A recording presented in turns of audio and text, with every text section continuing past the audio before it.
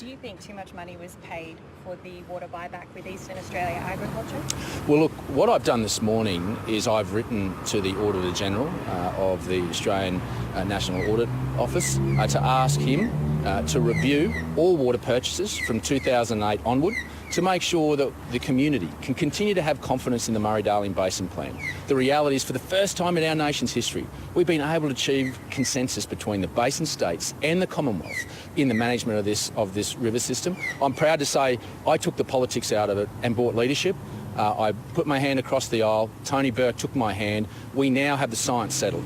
It's now about making sure we deliver this plan. Do you think the Minister should have overruled? Well, that's why we have an audit office, and I'll be asking the Auditor-General to look at all purchases of all political persuasions over the last period since 2008 to make sure that we can give confidence to the community. That's what they want, and that's what I'll expect the Auditor-General to be able to deliver. So I've got confidence that everything of all parties was done properly. Has this issue thrown the Coalition's election campaign off message? No. The reality is this is about us acting, continuing to make sure that we're agile as a government, and that's why you have institutions like the Auditor-General that you can defer to and ask to get confidence and clarity from.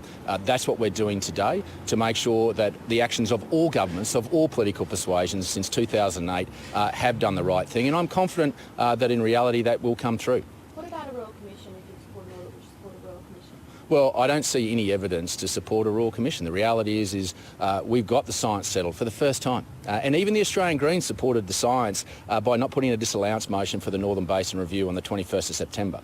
The reality is the management and now the delivery, we have to continue to work at and make sure that there is transparency. We maintain the confidence in the Basin Plan. This isn't a perfect plan, but it's the best plan that we can deliver. But would you support a Royal Commission into buybacks that latest? There's no evidence to suggest otherwise, and to preempt the Auditor-General's review would be nothing more than a political stunt. We need to... If the Auditor-General recommended a Royal Commission, would you support it? Well, I don't think the Auditor-General will be saying, giving advice as to in respect to a Royal Commission.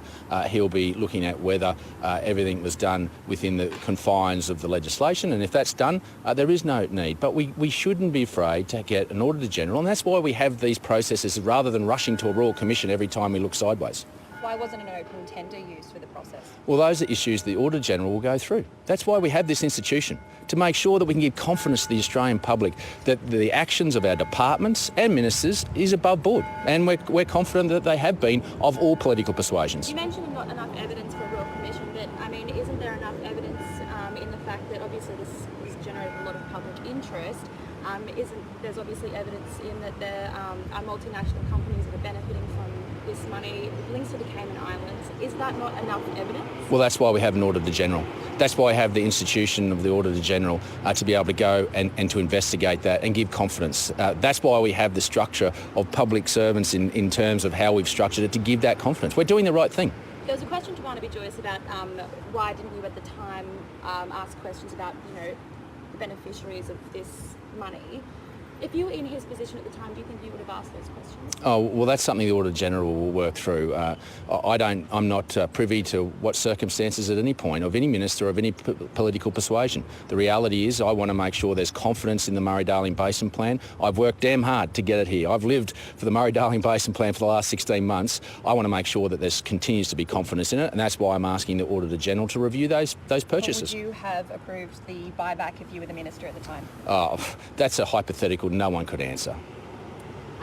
Why wasn't there any notice about this press conference? Sorry, I thought there was. I'll have to take that up with my media advisor to make sure that better communication is put out in the future. But we've been very fluid in getting here and fitting in with the Drought Forum in just under an hour. And is there a reason that we weren't making this announcement just at the Drought Forum? No, obviously we'll be making sure that it's pronounced wherever I am. I think it's important that we get confidence into the process to make sure that the Australian public understand that the Murray-Darling Basin Plan will work, but the management of it needs to continue to be improved, and where we need to get it reviewed by institutions like the Auditor-General, then we will. Very good. Too easy. Thanks, guys.